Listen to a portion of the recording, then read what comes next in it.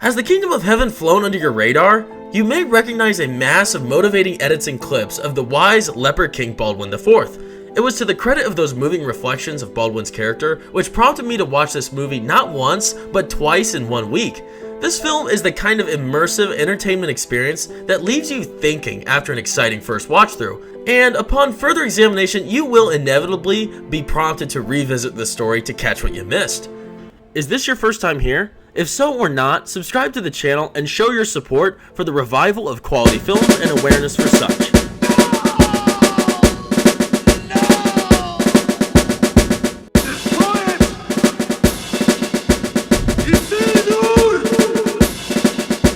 Well, that's a step in the right direction. This 2005 historical epic, directed by Gladiator's Ridley Scott, is a hidden gem. Starring Lord of the Rings' Orlando Bloom, the charismatic elf we grew to love debuts as a courageous blacksmith named Balian, who is brought into the Crusades by his estranged father, Liam Neeson. Wishing to atone for the sins of himself and his late wife, Balian agrees to accompany his crusading father to Jerusalem, which is currently under the occupation of the Christians.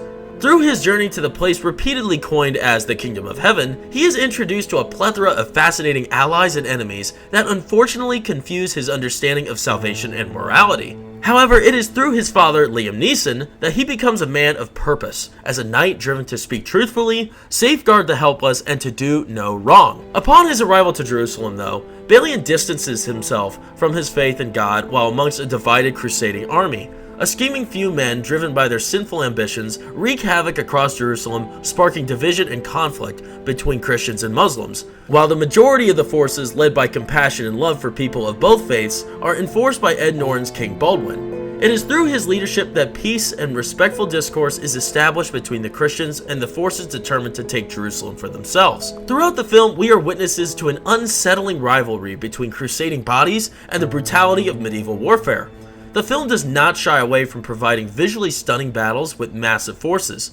Although the action is exciting, what is particularly compelling comes from Ed Norton's King Baldwin IV.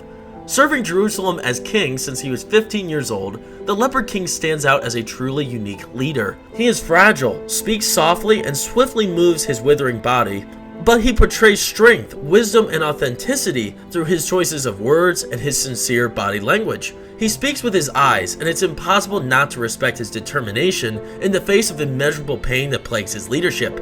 Not to mention, he drops some of the best one-liners in cinema to date. When I was 16, I won a great victory. I felt in that moment I would live to be 100. Now I know I shall not see 30. Don't be deceived, this movie is highly fictionalized, and you shouldn't really expect very much from Ridley Scott. If you've seen the Napoleon movie, it doesn't take a genius to tell that a lot of the stuff that happened in there is just BS. And there's plenty of YouTube videos breaking that apart and showing you that no, Napoleon did not do this was not what happened. So don't expect to go into this film thinking that it's going to be a non-fiction historical epic. This is certainly a fun ride though. It's a lot of fun, it's very entertaining. But something that really disappointed me about this was that Ridley Scott missed a big mark here. I'm a Christian, and it's clear as day that adultery is a sin in the Christian faith, in the Bible, clear as day. But in this film, it sort of it promotes adultery to some degree. Orlando Bloom, he has a romantic interest in another man's wife. At least it seems like he's his wife. And although she didn't want to marry him, they were married inevitably, and they were together. And the man was evil and whatever else, but that still doesn't excuse adultery. And yeah, of course, Orlando Bloom and her, they like each other, they do the deed, and it's not really looked down upon, even though he's supposed to be an upstanding Christian man that seeks salvation and seeks repentance for his sins. So that was real disappointing that was not a low point in his journey to seek repentance, because it was wrong, and the movie just doesn't portray it as such. So that disappointed me, but otherwise the film was just a fun experience, and I think you'll probably enjoy it. And particularly Ed Norton as King Baldwin is so fascinating.